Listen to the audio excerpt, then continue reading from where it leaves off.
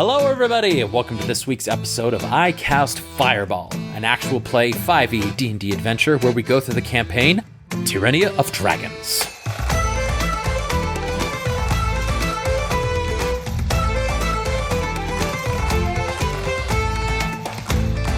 My name is Thomas, and I'm your DM for this adventure, and around the table we've got Malamara, Lance Thalen, and sleeping Fleeple.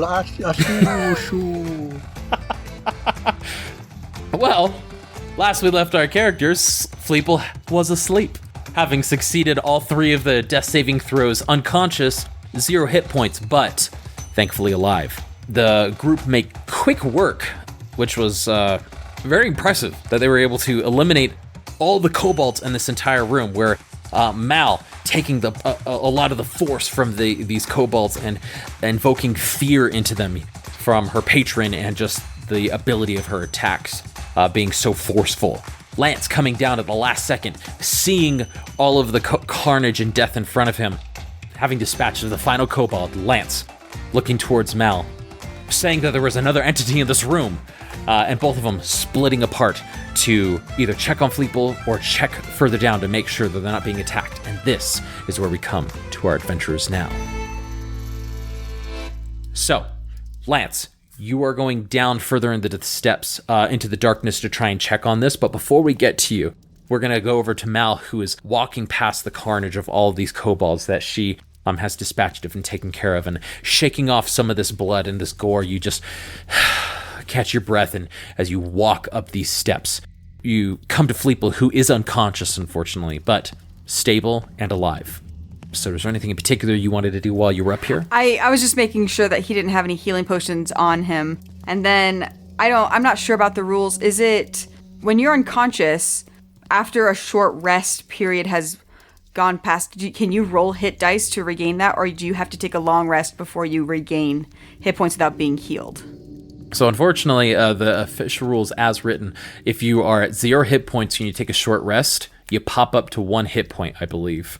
And then past that, you have to take either an additional short rest to roll hit dice, or then that long rest to then fully recover. But they come back up to 1 after a short rest. Correct. I believe so. I think Perfect. The rules as written, it's 1 hit point after 1d4 hours.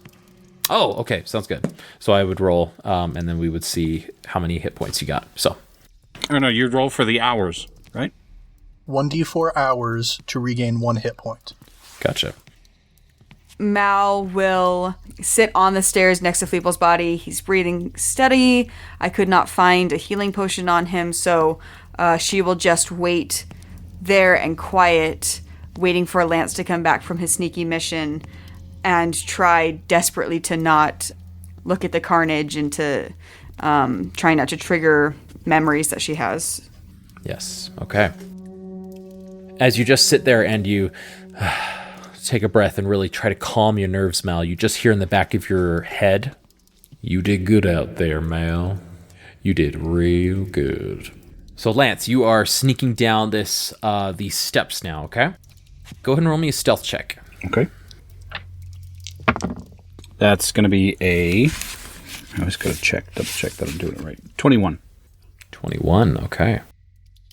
So Lance, as you look down these steps, they do descend pretty steeply, but they are carved steps. And I will be checking for traps as I go. Okay. So that's good. Roll an investigation check. That's going to be a 16. 16, okay. Wrapping the cloak around yourself and just calming yourself, taking those breaths to where you kind of like in Sherlock 2 almost, where like, wow, this is real obscure reference, but the assassin guy, he's like chasing after them and he goes and like calms his breath and like his heart rate to like lower it to where he can like focus. So you do the similar thing. Shout out to Sherlock 2 there. So you go down to these steps and you start just like stealthily stepping on them, and as you do, looking for traps, trying to perceive anything in front of you. They are quite steep, and as they been quite narrow. They're only about 5 feet across, so you have to you don't have much room to maneuver around these steps, but you walk about a good 10 feet, 15 feet, 20 feet, until about 40 feet from when they started to descend. They start to ascend now. Go back up, and you see some lights flickering in the distance here. You don't see into the room yet, but you do see it dancing off of the wall of the cave. I'm going to sneak just a little bit into that room, still being sneaky and still checking for traps as I go. Keep the same rolls because nothing has changed, but you can go ahead and roll a perception check if you'd like now. Okay, that'll be a 14. 14, okay. Lance, as you peek into this room, you see that it opens into a large 50 by 50 foot room, so to speak, and it's filled with flickering candlelights, which illuminates every single wall.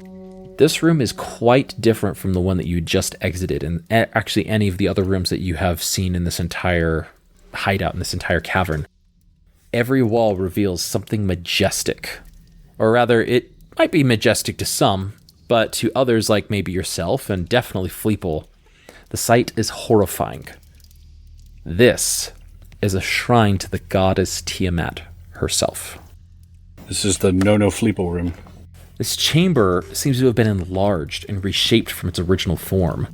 The floor and 3 of the walls that you can see from your current vantage point are smooth, with stalagmites and stalactites that have been polished into gleaming columns. Every surface here glistens with moisture, and the air is warm and humid. The flat walls of this chamber are decorated with shallow, abstract carvings of dragons. Dragons' tails coil into intricate patterns and knots that flow across the wall. That's all you can see right now. Okay, so it's a shrine to Tiamat. Yeah, you can see that there are dragons just flowing from this wall directly next to you on the north side of the chamber, and they seem to just continue to flow and twist and turn as it goes from north to east to south to west. However, you can't quite see that west portion of the chamber, as there seems to be a corner the corner that you are currently hiding behind. You can't quite peek around it all the way. With your high perception roll, you do hear voices in this room, though. They are in common, and they just seem to be muttering something. And although it's too quiet for you to make out what they're saying, you understand that they are speaking common and they are in this room presently. Lance is going to back up then. He's going to back to the room where we fought the kobolds. And right at the bottom step of going back into the room, he is going to unzip. They don't have zippers. He's going to reach into his burglar pack, and he's going to take out string and a bell and tie a detection system up here, so that if somebody crosses, and they're not aware of this, that the bell will ding ding ding ding, and we will be aware of somebody's coming from there. Excellent. All right, go ahead and I might even not do it at the very bottom step. I might do it a couple steps up. Okay, sounds good. Go ahead and roll a thieves' tools, or I don't know what would be here for sleight of hand, or yeah, it's somewhat tinker, but I would just say either a just general dexterity check here. So just your dex modifier added to the die here. Oh, that's not good. It's 9. 9? Okay. So you're able to set up your system, and it looks good. I mean, you got the string, you got the bell attached to it, so you have achieved your goal. All right. Last thing I'm going to do then is I'm going to search this chamber where we fought the kobolds. I'm going to, what bodies remain, I'm going to investigate them, looking for items, possible healing potions, and also just investigate to see if there's anything of worth in this chamber on the bodies or just in the chamber in general. All right. I feel embarrassed that I don't remember this. I can't remember if that's an investigation or a perception check. I think it's because I'm searching bodies. That's investigation. I'm not sure about like the room part though. I know the body part's usually investigation. Easy enough though. Actually, it doesn't even require a roll. Because these kobolds, they weren't trying to hide anything in particular. This just appeared to be their living quarters, with the strewn about blankets and like straw thrown about, and the chamber pots that just seemed to be like their massive hub. And so there doesn't appear to be anything hidden from what you can tell. And you're pretty thorough. I mean, you spend a good 15 minutes in this room. You do find quite a bit of items in here. Just quite a bit of stuff. So just amongst all the kobold bodies and looking underneath in some straw, you find a total of like 38 gold pieces, 152 silver pieces, and whether or not you think it's worth it, there are this really odd, very strange. Don't you give me a worm. Not quite a worm, but you count them and without touching them, and there are 88 stacks of copper, exactly the same height, and you do the quick math, and there are 704 copper pieces in this room. But just throughout the entire room, they're about the same height, and all 8 copper pieces high. So that's the money worth. Okay. Now, on the main winged kobold that was ordering for Fleeple to be captured, you find this ivory carved draconic image of just a dragon head emerging from this chunk of ivory, but it's quite beautiful, actually. This one is very good, but you find a couple others that are not so great, but this one in particular really looks like it was worked on by somebody who is a professional, whether it was one of these kobolds or somebody in the cult itself. You're unsure, but it's pretty good. But that's all you can find in this room in particular. Mal, I imagine while this is happening, you're checking in with Zaza still, yes? Mm-hmm. Maybe like 2 minutes? Yeah. Can I, because that's not a taxing thing, can that count as a short rest as he's away and checking in? Or because of the nature of checking in with the spell, it's not a short rest? No, it definitely is. The spell is not taxing. It just hasn't been long enough for a short rest yet. But as Lance comes back, if you'd like to take a short rest, that is definitely in the cards. So we can say that everybody takes a short rest. I'm going to roll here to see how long it will take Fleeple to get back up to 1 hit point. 1 hour. There you go. Hey, that's good. After taking 1 hour of a short rest, Fleeple, your eyes flitter open and you have 1 hit point, and you're like, oh, and you're coughing. And so Lance and Mal, if you need to roll hit dice, you can also do that as well. I do not. I was not damaged in that fight. Very good. So Fleeple, you come to and sit up, and Lance and Mal, while you're right next to him, making sure he's okay, he sits up. I imagine both of you are somewhat hovering near him, like he's just directly in between you, or you're both staring at him. But he rouses and everyone's made aware. Hey, are you all right? And I'm blinking kind of shallowly and quickly, trying to regain my composure. And I get up and I kind of stretch a little and get down on all fours and start muttering some verbal components. And you see the magical energy beginning to suffuse through the fleece on my back. And after I finish the spell, the energy kind of hops off of my back in the shape of this sort of spectral glowing sheep and lands on the ground in front of me. And I walk up to it with a smile on my face and clasp the face with both hands and kind of nuzzle its snout with my own. And I say, Thorir Irsif.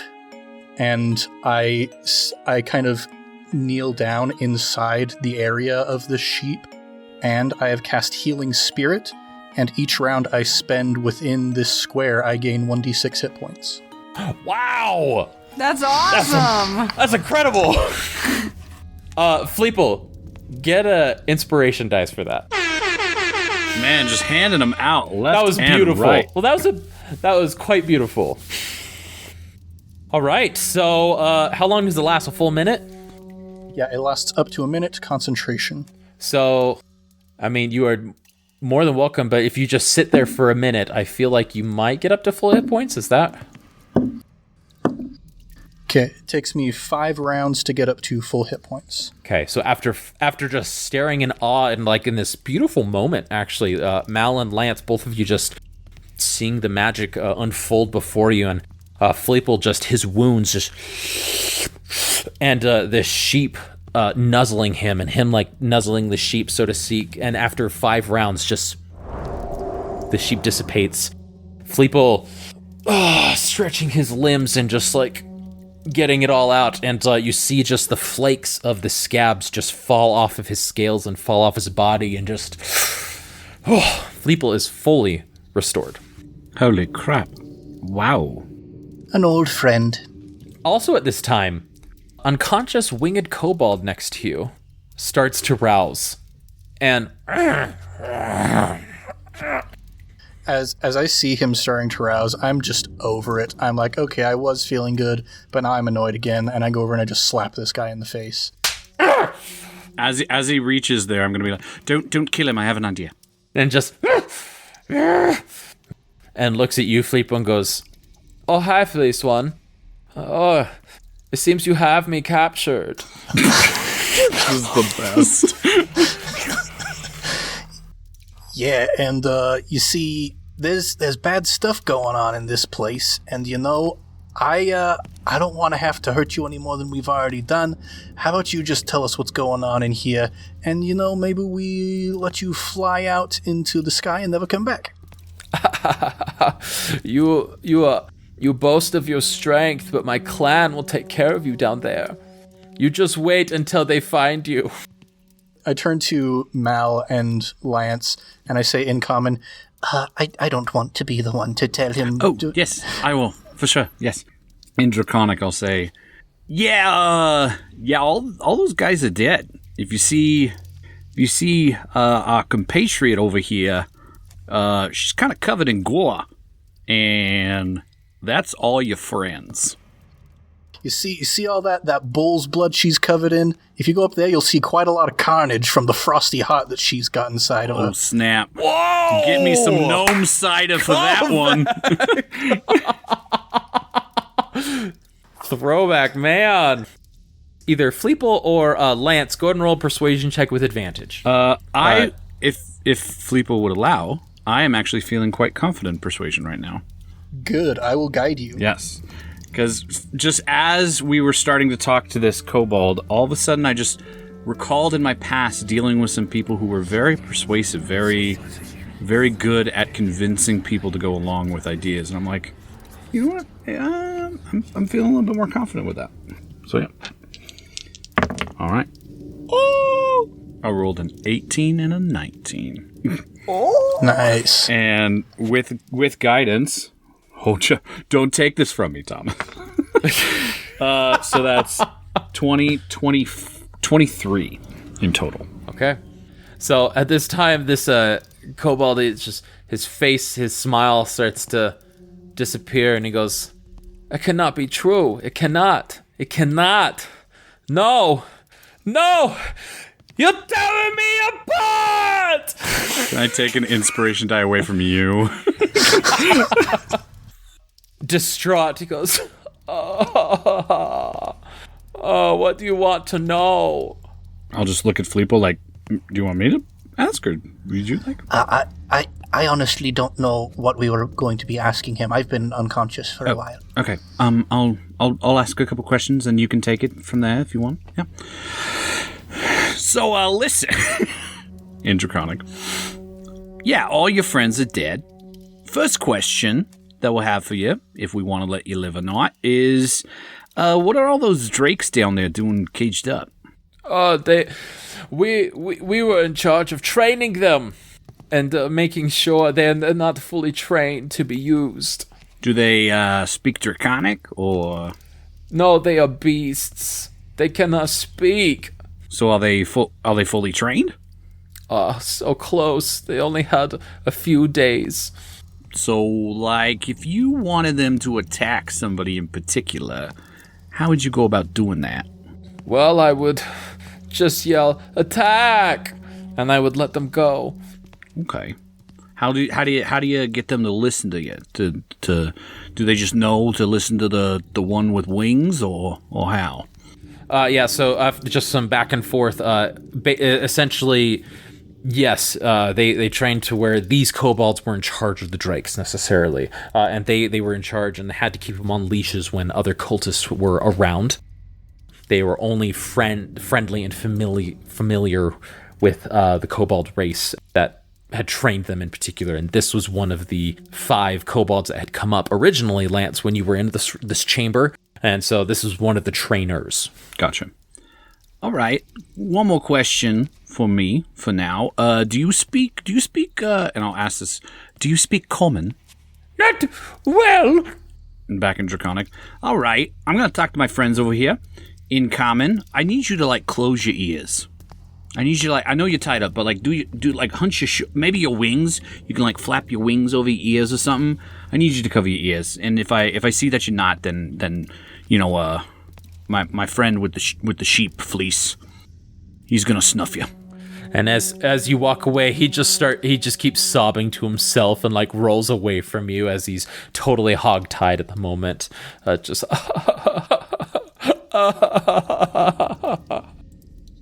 All right. Turns out that they were training these drakes in the pit. They are very close to learning their orders and procedures. I have an idea. We have 11 cultists in a cave that we almost died with. The same average number of kobolds in a cave. What if we used our little prisoner here to order those drakes to attack that room? I really like that plan. The only negative is they are almost trained, which means if he can't do that, they might in turn around and attack us. So that's the negative. I'm into it.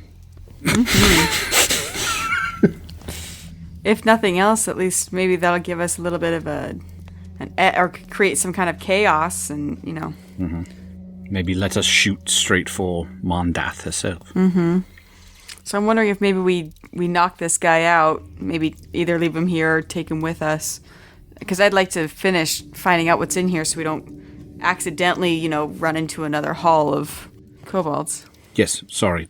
Yes. Also, speaking of that, good point. I did explore that passageway. I could not find the evil laughing voice. I couldn't find that source, but it was very odd during the battle. There's something here watching.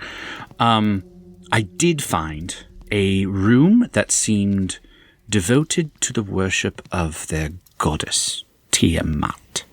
There were voices in that room. I wasn't able to make out how many people. So that is a room that is also in this labyrinth of caverns. So that is something that if we wanted to investigate, we could, but we might end up in another fight altogether too. Sure. And back down this way is another cavern, another set of stairs that we were wanting to go down and check out. Yes, from just my mental mind map.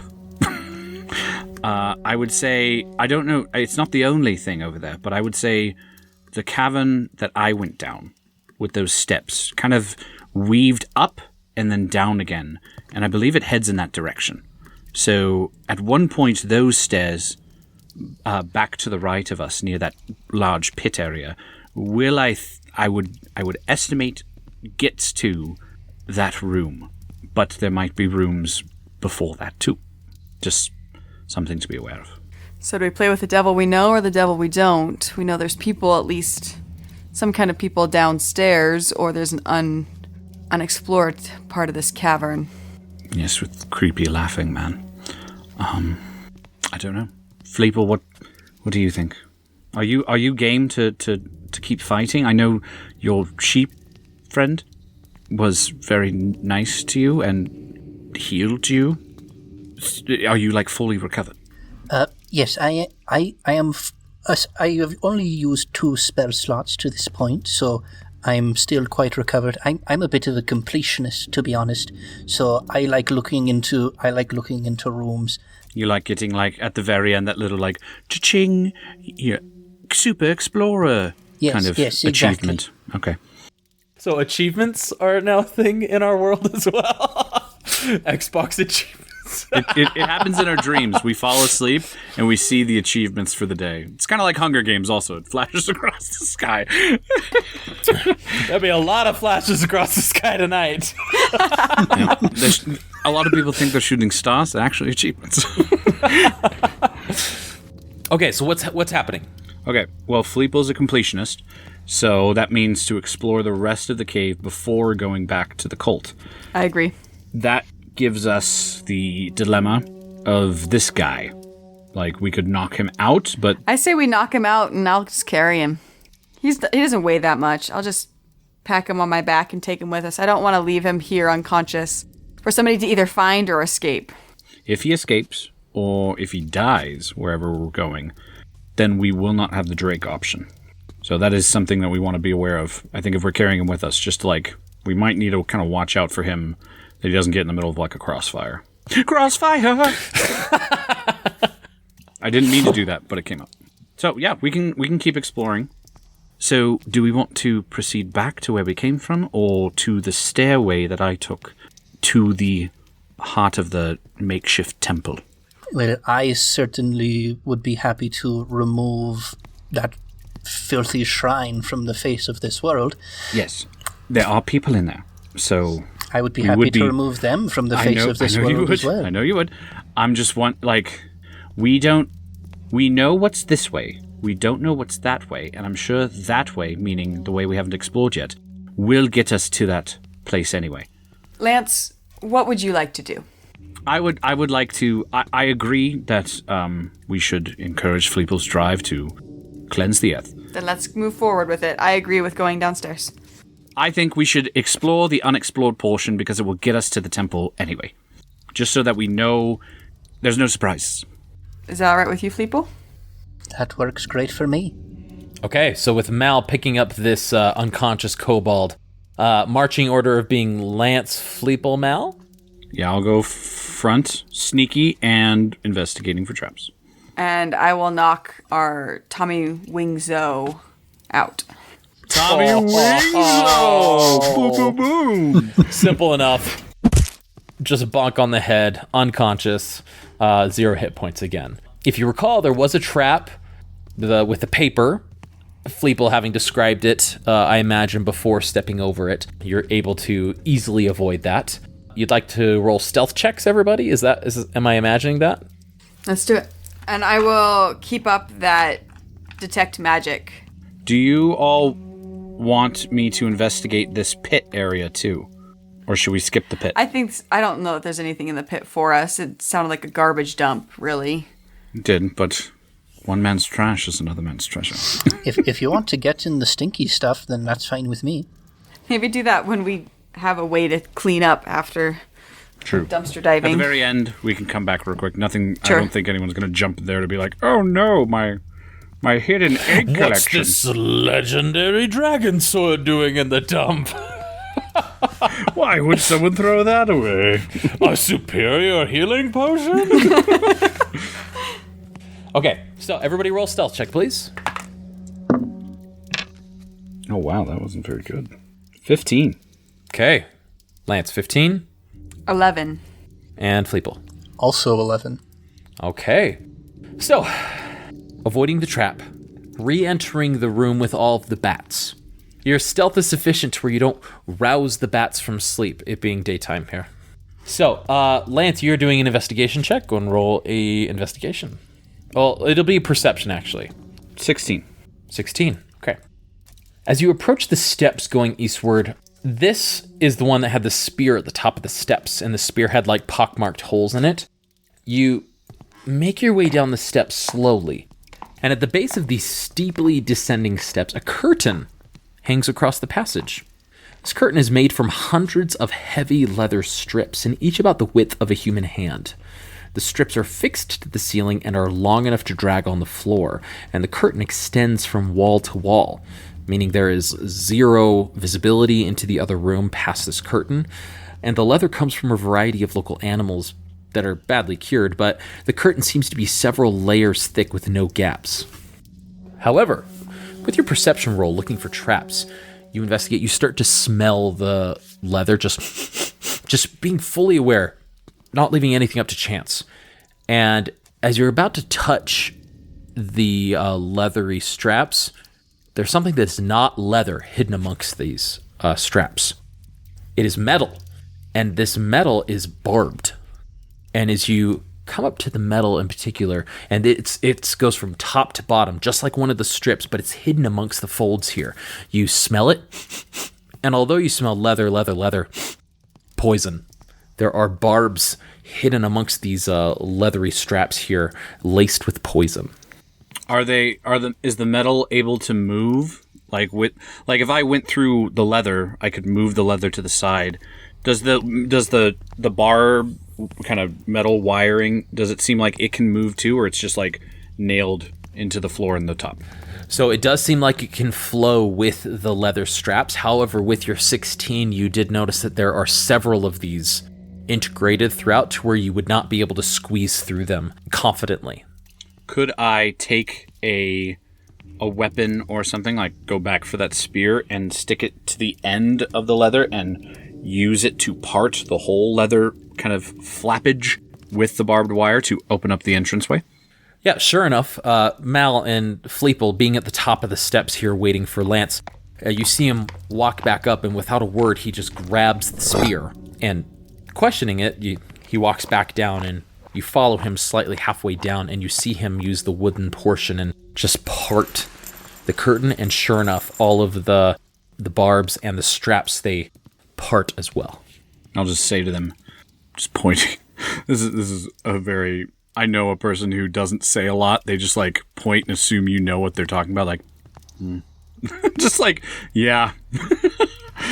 It's like very confusing, but apparently it means something. So with the shrug and a knowing look coming from Lance, whether or not Fleeple or Mal picks up on it, who knows? But the entranceway down into this cavern is open. And I'll usher them to go through. Okay. Easy enough. Pushing through with a little assistance, Mal holding it from the other side, you reveal this chamber. As soon as you enter this room, and Mal, it's difficult for you as you're holding open, the smell of old blood assaults your nose.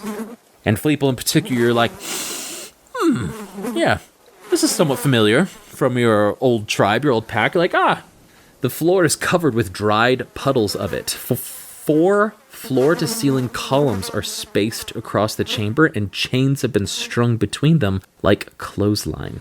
Animal carcasses hang on hooks from the chains, and you see gutted and skinned antelopes, deer, goats, and what might be big cats, and even a few small bears. Some of this meat, however, has been here for a while, and the smell is what indicates that not all this meat is great to partake of. And Fleeple, this is pretty common, actually. Once a clan of kobolds holds on to a pack of meat, even if it starts to go bad, don't waste it. Use it. You don't know when you're going to be able to get your next big haul for the tribe. So you hold on to it until it's devoured or completely gone. Mm-hmm. And so all of you are like, oh! Not to the point of throwing up, but gagging a little bit. It is quite awful in this room. Do we want to look around? I mean, Fleeple, unless there's something that kobolds would keep in here, I'm fine to just leave. Oh, come on, guys, it's not that horrible. I mean, it's horrible, but it's not that horrible. Fleeple, I think that's a bear, but it doesn't look like it anymore because it's rotted. Okay, I'll take a look around. You guys can walk back up where it smells more dainty, and I'll see if I can find anything in here. Fleeple, go and roll a perception check. All right. Definitely going to give myself guidance on that. It's going to be a 13. 13. Not surprising to you, Fleeple. This room is exactly pretty straightforward. It just seems to be some sort of a meat locker, hence why the flaps are at the entrance here, and to maybe block out the smell, keep it a little bit cooler. And it is cooler down here. The temperature is drastically colder than it was in the room with all the bats. Not as cold as maybe would be ideal, hence some of the rotting food. But you go to the corners, you investigate, and you hug every single wall and stalagmite or tight, and there doesn't seem to be anything secret here, but if you'd like, you can pick a few choice pieces of meat for yourself if you'd like. I definitely consider it, but I decide that that's not me anymore. I'm going to go back out and head back to my friends. Yes. Okay. knowing the curtain's dangerous, able to move it sufficiently either with the spear or other ways, you all make it back into the chamber with all of the bats. I will have everybody roll another stealth check, please. These bats, if they give us away. Natural 20. Ooh. I got a 15. A 12. Sounds good. That'll be a 26 total for me. Okay. Well, all of you breathing, able to recompose yourselves. You feel sufficiently stealthed and that you're not making enough noise to attract these animals in the current chamber or even somebody from a surrounding chamber either.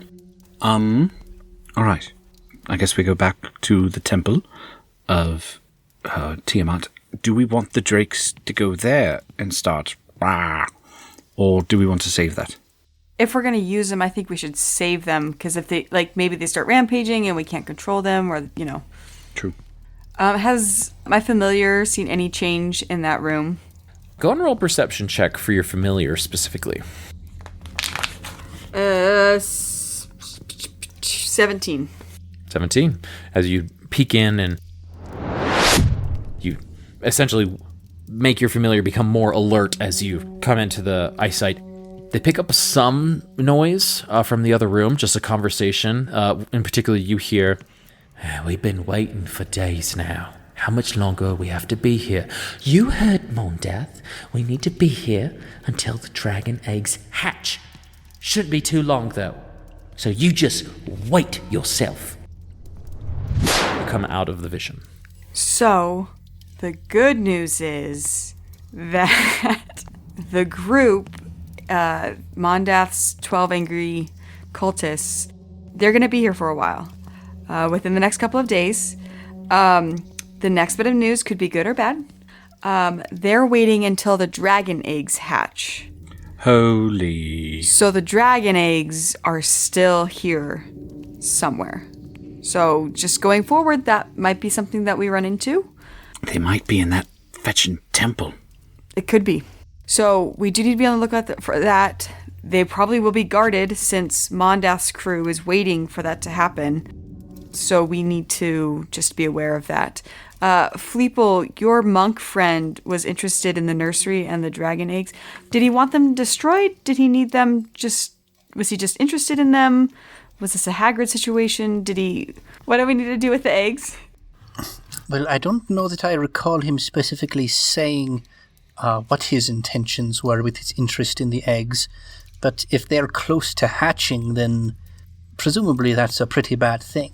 Okay. So, no drakes going into this temple area. Correct. Okay, so with your stealth rolls that you've already got going, avoiding the trap, unconscious kobold still on your back. Follow the same pattern, Lance, Fleeple, Mal. And I'm going to check my bell trap to see if it's still there. And if it's still there intact, I'm going to disassemble it and put it back. Okay. Keeping the stealth rolls that you have previously, you all make your way down these steps now. The kobold is tied up, and he's also, gagged. He's tied around his mouth. So, if for some reason he became conscious, he couldn't just shout out. See, we gave you an out. No more accent. I was tired of you trying to do that accent. We're going to gag him. Nope. Very nice. Okay. Lance, you do see that your bell alert system is still there, and it doesn't look like it has been activated, so you're able to easily enough disassemble it, stash it back in. You peek you peek around the corner again. Feel free to roll another perception check. I'll guide him. Thank you. Another flat tire. Okay. Flat tires are really difficult with knee-high boots as well, so it's quite a feat. 18. 18 with a perception check.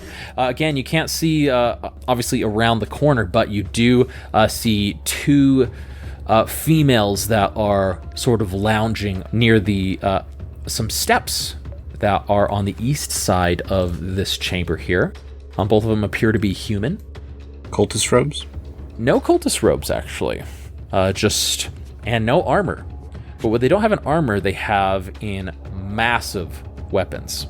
One of them has a two-handed double axe, so to speak, and the other one just has weapons on the back of their back as well that are hard to make out. And they're just lounging, speaking to one another. Too far away for you to pick out what they're saying, but not in any immediate alertness, so to speak. I will turn to Fleeple and Malamara, let them know what I see, that I think that they... Well, no, I wouldn't... I don't know if I'd know what a barbarian is, so I'll just describe them to Fleeple and Malamara. All right, do we do this like the cave entrance? I go in for a sneak attack, and then we just charge? We could surprise them with some ranged attacks. Definitely. I think that that's a great idea. Let Lance take a first shot and then see how much damage he can pull off and then just range him until we get into melee. See if we can keep Lance at a distance. He seems to do pretty well with that bow and being able to hide. All right, let's put our winged friend down. Let's get after it. Put him down, and I pull out my dagger. Not that. Fleeple. Not that yet. Not that yet. All right. I will then, feeling I'm sufficiently hidden at this point, but seeing those two, I will aim for the one on the left. Okay. So this one doesn't have any weapons drawn. The other one's sort of like leaning on the great axe there. Yeah, go ahead and roll an attack with advantage, sir. All right. That's going to be a 22 to hit. 22 is a hit. There we go. All right, with sneak attack, here we go. Oh, that's going to be 17 points of damage. 17 points of damage. All right. And also, with that, I'm going to use my additional ability, which is, just wanted to check. Yes, if I'm successful in hitting a creature, I'm going to target a second creature within 30 feet of that first one. I'm rolling half the number of sneak attack dice, which I rolled 2, so that's 1. Okay. Which is a 5. That is going to hit them with necrotic damage. So I will loose the arrow, and right when it's about to hit, all of a sudden, this almost shadow of an arrow branches out and hits the other one too with necrotic damage. And as it describes, the wail of the dead sounds around them for a moment. And so they both get hit. And Lance, you could swear as you see this shadow branch off and you hear this wail, you swear you see like this ghostly spectral hand come into existence and grab your arrow, causing the shadow arrow to veer off and just get jammed directly into the side. That hand going pale white before disappearing with the arrow as well. So 17 to the one on the left, 5 to the one on the right. Yes. Let's roll initiative, everybody.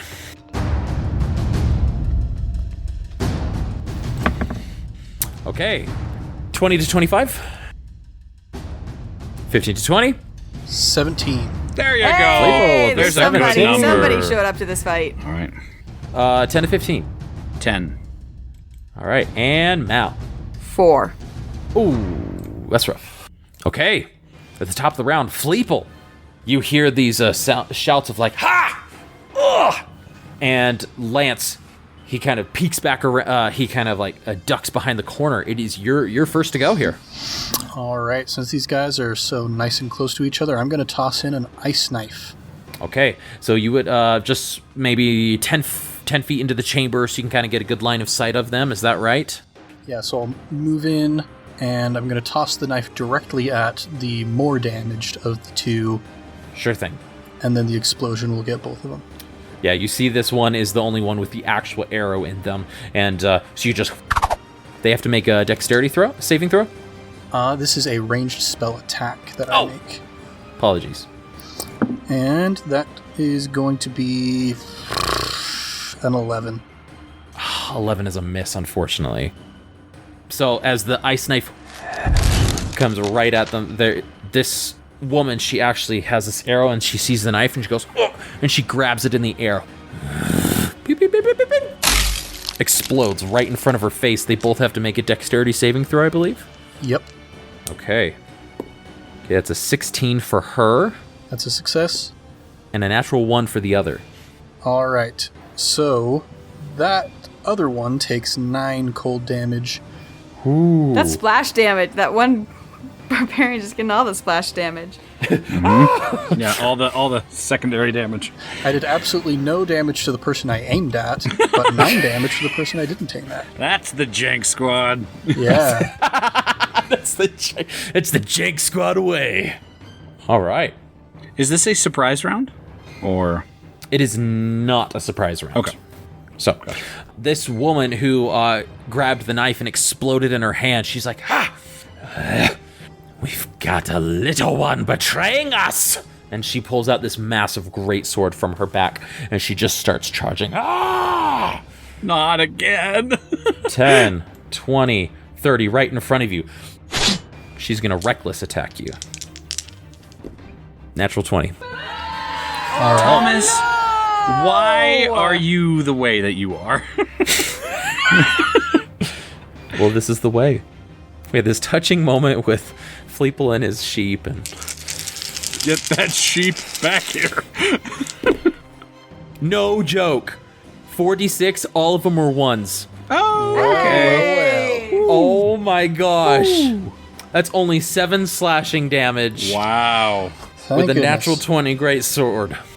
Fleeple, you see it coming, you're like, oh boy, and you're like, is this gonna hurt?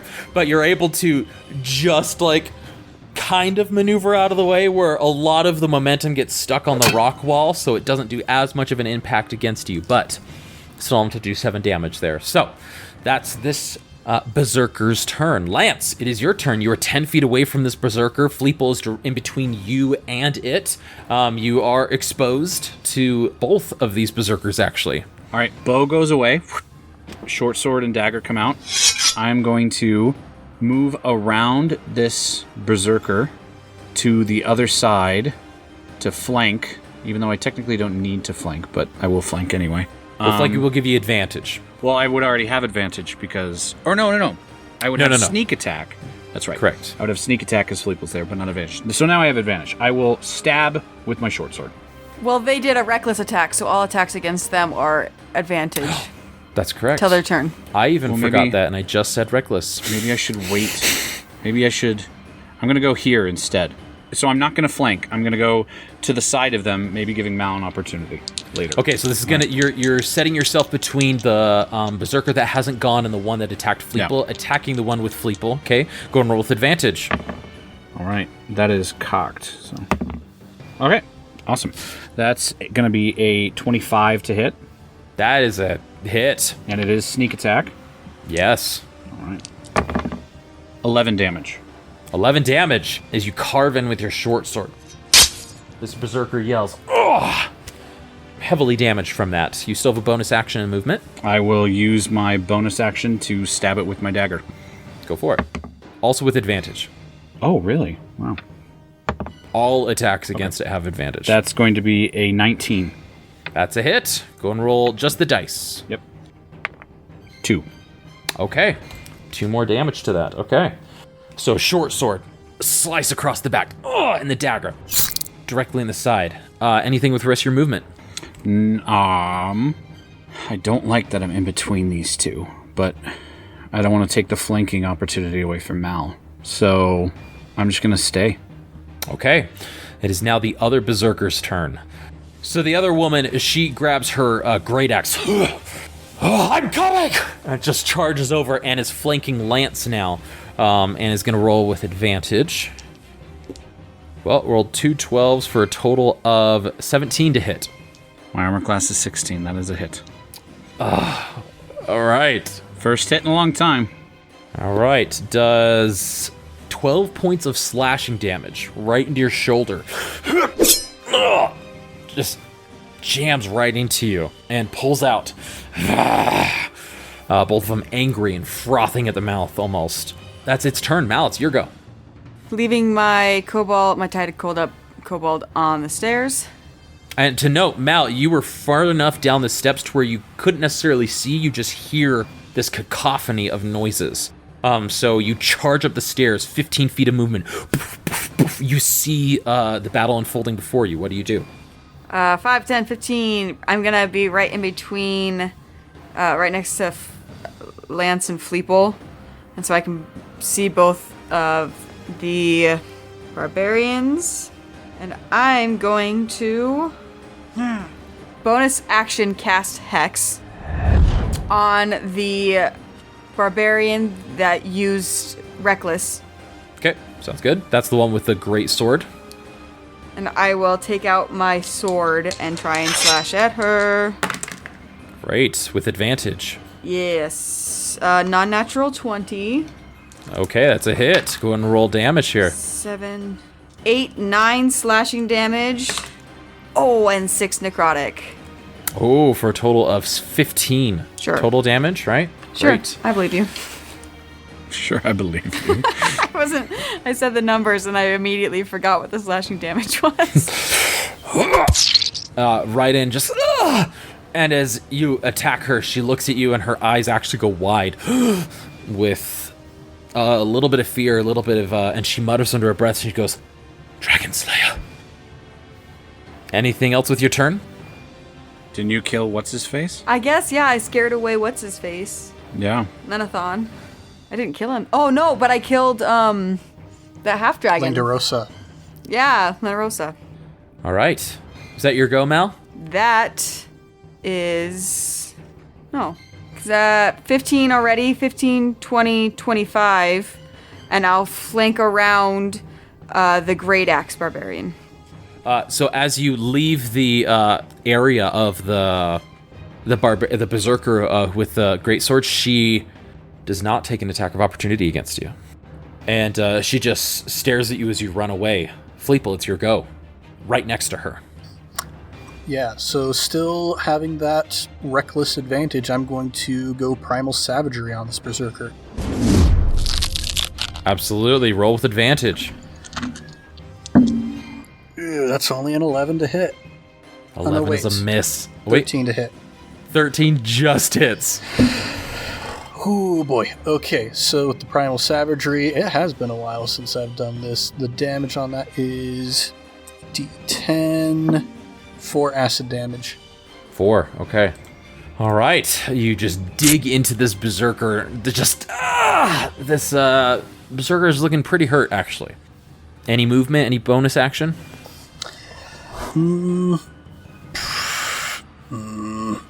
Nah, that'll do it for me. Okay, just standing your ground. It is now this berserker's turn. And she goes, Lena, the Dragonslayer, she's here.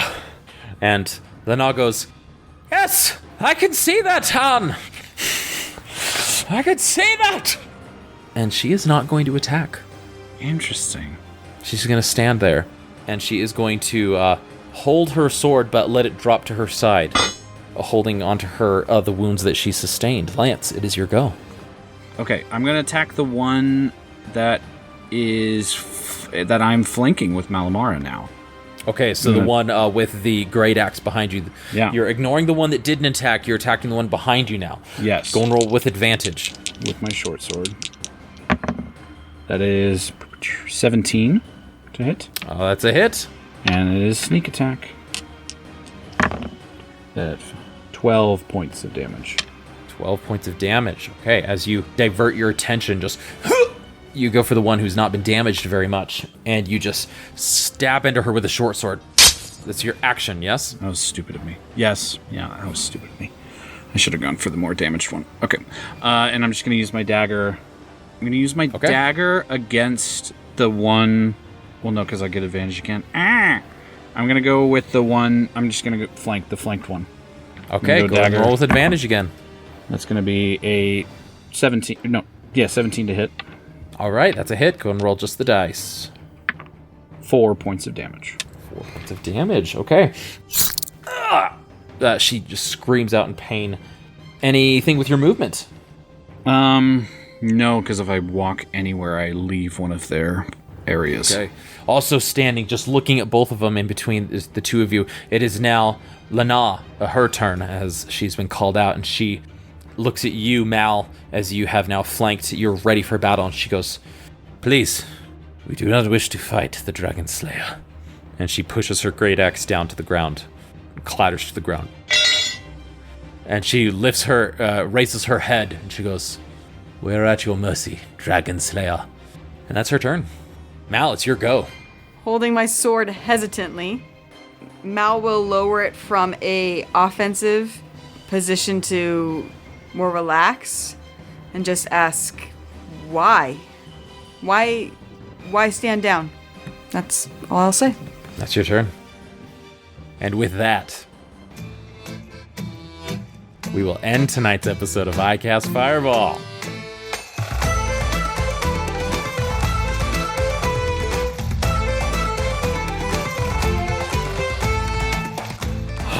Interesting. What Good are these one. two doing in a fetching chamber for I tea? know. Well, What I'm hoping is that we'll have 2 barbarians on our side That we for just that halved cultist. their health. We'll take a rest. It'll be fine. We're becoming the Suicide Squad. We're getting barbarians. We're getting drakes. Yeah. Sounds good. We're just gonna charge. everybody's joining the Jank Squad. That's Yep. right.